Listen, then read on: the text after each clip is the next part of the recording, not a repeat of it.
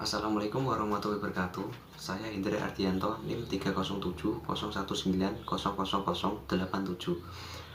Saya dari kelompok Chapter 2 dan saya ingin membahas hasil dari diskusi kelompok kami.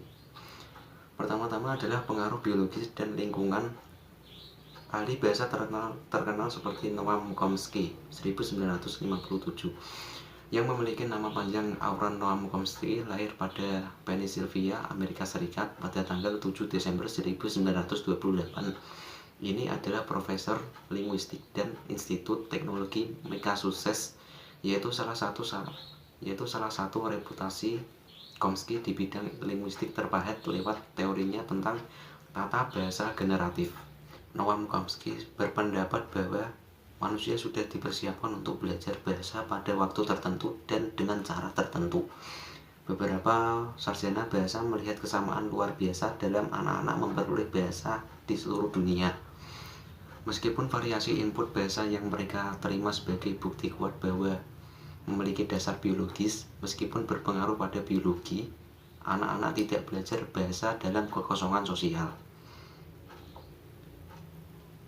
Anak-anak tidak hanya ahli bahasa biologis atau arsitek sosial bahasa yang istimewa.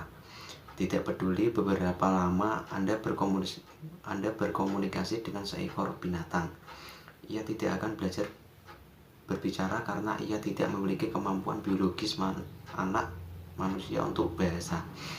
Sayangnya, beberapa anak gagal mengembangkan keterampilan bahasa yang baik bahkan di hadapan model peran dan interaksi yang sangat baik. Pandangan interaksionis menekankan bahwa kontribusi biologi dan pengalaman dalam pengembangan bahasa. Artinya, anak-anak secara biologis siap untuk belajar bahasa ketika mereka dan pengasuh mereka berinteraksi di dalam ataupun luar sekolah. Dorongan pengembangan bahasa bukan latihan dan latihan, melainkan adalah kuncinya. Pengembangan bahasa tidak hanya masalah dihargai karena mengatakan hal-hal dengan benar dan meniru pembicaraan anak-anak mendapat manfaat ketika orang tua dan guru mereka secara aktif melibatkan mereka dalam suatu percakapan, mengajaknya mengajukan pertanyaan mereka dan menekankan interaksi daripada bahasa pengantar. Yang selanjutnya adalah pengembangan bahasa. Pengembangan bahasa pada seorang bayi yang digambarkan pada beberapa fase seperti masa bayi, anak usia dini, anak usia menengah dan akhir, dan masa remaja. Dari bayi sendiri hanya menggambarkan tonggak bahasa masa bayi.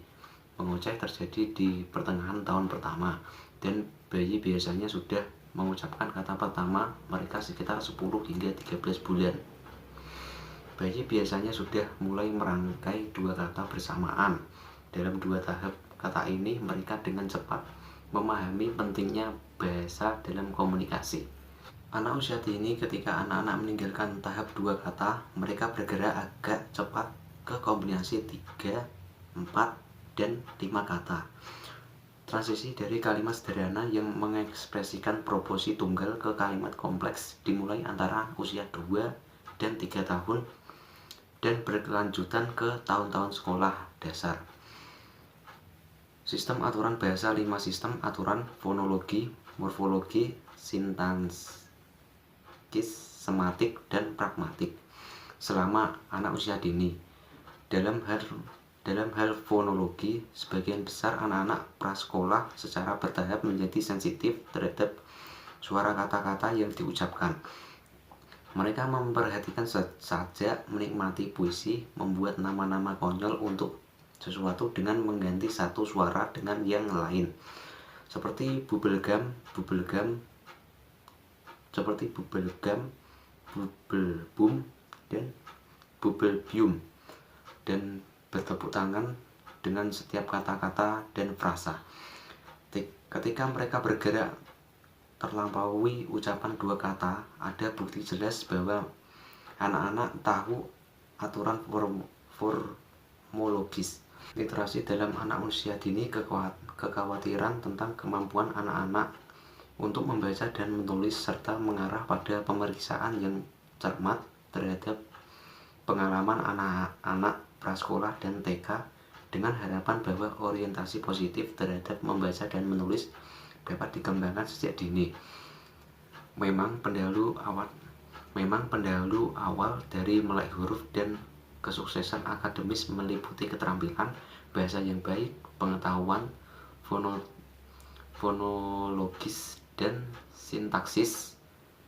Dan lalu, apakah yang harus termasuk dalam program melek huruf untuk anak prasekolah? Instruksi harus dibangun berdasarkan apa yang sudah diketahui anak-anak tentang bahasa lisan, membaca, dan menulis. Orang tua dan guru juga perlu menyediakan lingkungan yang mendukung untuk membantu anak-anak yang mengembangkan keterampilan melek huruf. Sebuah studi baru-baru ini mengungkapkan bahwa lingkungan rumah awal anak-anak mempengaruhi keterampilan bahasa awal mereka, yang pada gilirannya meramalkan kesiapan mereka untuk bersekolah. Studi baru-baru ini menemukan bahwa pengalaman melek huruf seperti beberapa sering anak dibacakan untuk kualitas keterlibatan itulah ibu dengan anaknya seperti upaya untuk merangsang anak secara kognitif dan menyediakan bahan pembelajaran seperti pembelajaran yang sesuai usia dini maupun usia yang sederajat seperti pembelajaran yang sesuai usia. Dan yang selanjutnya adalah peningkatan penggunaan bahasa. Remaja perkembangan bahasa selama masa remaja mencakup peningkatan kecanggihan dalam penggunaan kata-kata. Ketika mereka mengembangkan pemikiran abstrak, remaja menjadi lebih baik daripada anak-anak dan menganalisis fungsi kata yang dimainkan dalam sebuah kalimat. Remaja juga mengembangkan kemampuan yang lebih halus dengan kata-kata. Mereka membuat langkah dalam memahami metafora yang merupakan perbandingan tersirat antara hal-hal yang berbeda. Misalnya individu menggambar garis di pasir untuk mengajukan posisi yang tidak bisa dinegosiasikan. Dan kampanye politik dikatakan sebagai lari maraton, bukan lari cepat. Kurang lebihnya itulah yang dapat saya sampaikan. Mohon maaf apabila ada salah kata. Wabillahi taufik wal hidayah. Wassalamualaikum warahmatullahi wabarakatuh.